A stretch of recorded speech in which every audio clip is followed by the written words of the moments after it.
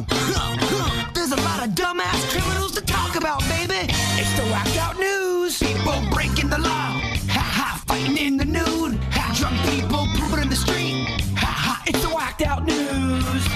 So many people on meth. Ow!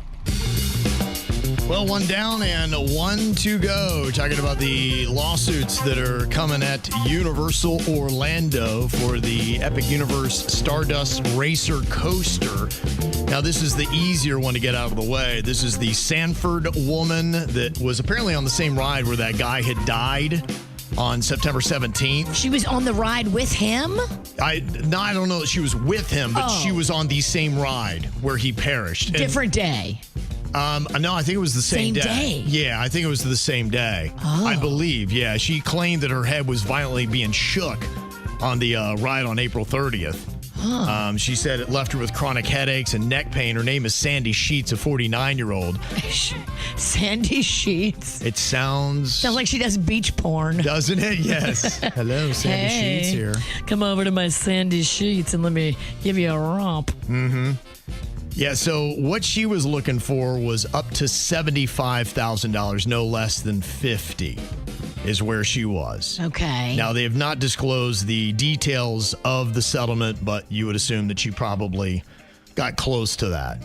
And I'm just wondering, I'm really kind of surprised that every single person that was on that ride hasn't said, oh, me too. We know somebody. Like, I don't know them, but I know their friend. And they said their friend had what they thought was like a seizure riding that ride. I was like, really? Yeah, I believe the ride's still shut down. It's going to be shut down. Yeah. They're not going to start this baby back up. Now, the big one is the Kevin Rodriguez Zavala, his family. He's a 32-year-old that actually died from the blunt force trauma. So that's the one where I can't even imagine how much they're going for on that. It ain't up to $75,000. I'll tell you that. Mm-hmm. And I'm just wondering, too, because, this is the only other one we've heard of, but the way people are trying to look for a quick buck, I just can't believe there's not hundreds. And maybe there are, but these are the only two that I know of. Maybe they're in the pipeline. Maybe. Anybody who rode it and got even tousled slightly or hit their head or anything is going to be like, this is my chance. Yeah. I'm sure people are lawyering up as we speak. Now, I don't know if you ever heard of the band Haim. I believe they're all sisters, a bunch of girls. They're good friends with Taylor Swift. Yes. And so they're kind of, a lot of the same. They're kind of like singer-songwriters. And they've got some good tunes out there, just not the big hits like Taylor Swift does. Here's a little Haim for you.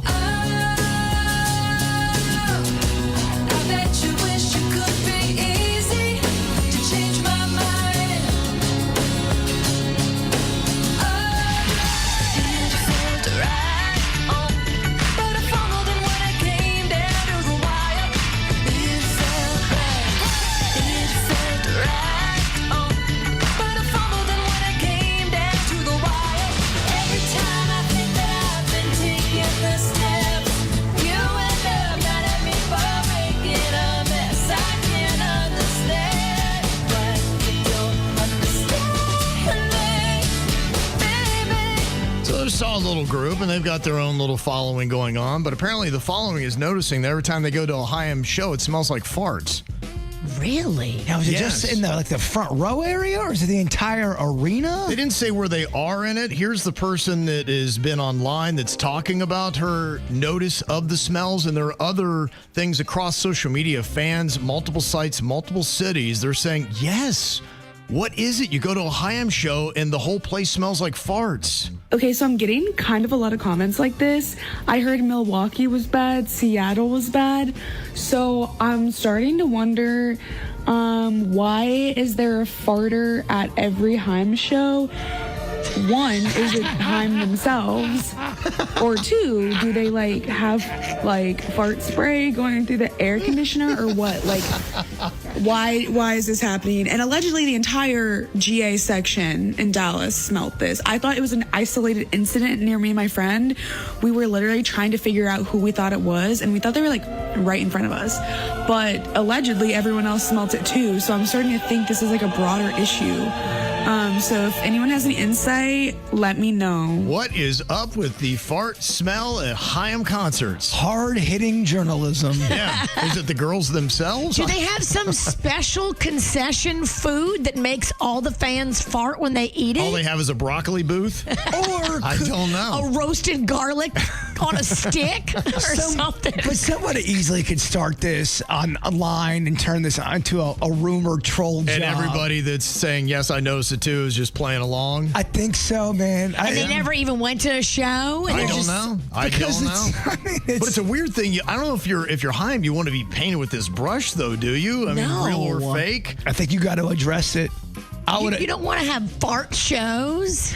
You got to address it because you know whoever denied it supplied it. So if they're denying it, they look guilty. I would make a little tune about it. Toot?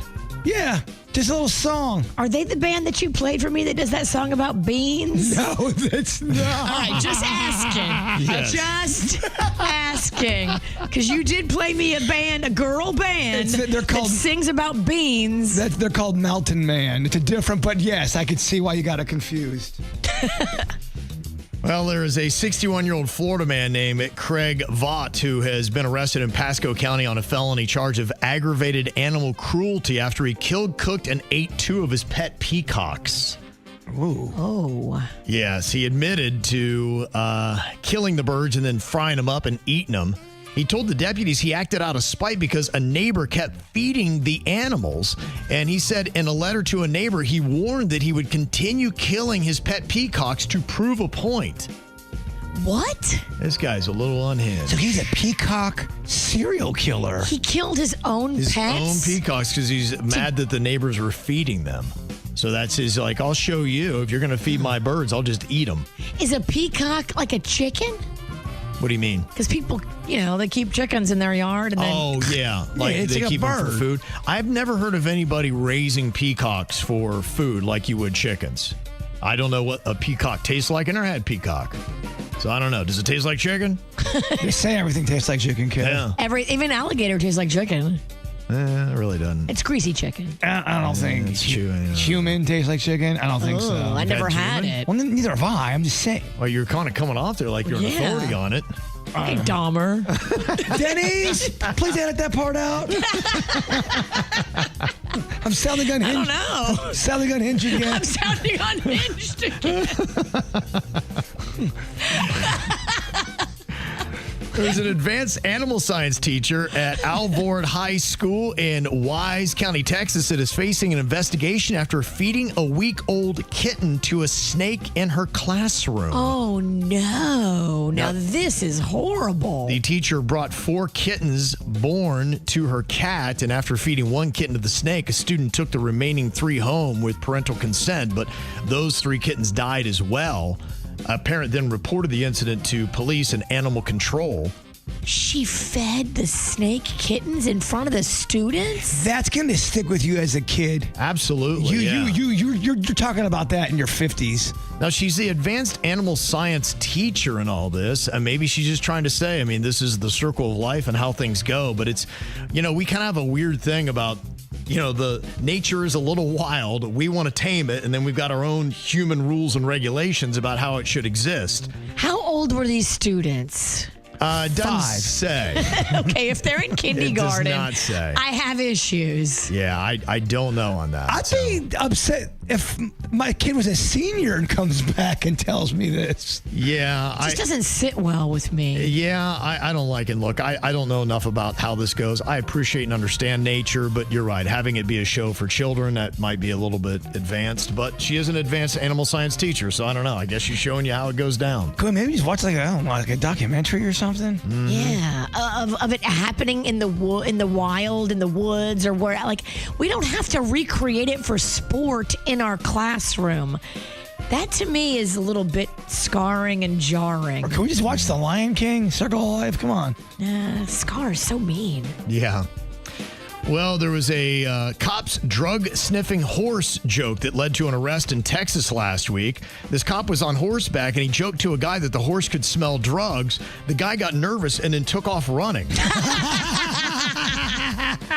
Did the guy gallop away? He did not, but the horse galloped after him. I guess Officer Trotter made a comment that was more of a joke.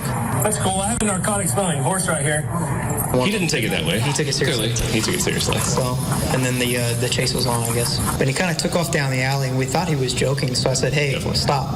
And then he kept running. And I said, "Oh, he's actually running." Somebody is silly enough to eventually run from a horse. After we had taken him into custody, I asked him, "What were you thinking running from horses?" You know, and he was like, "I don't know."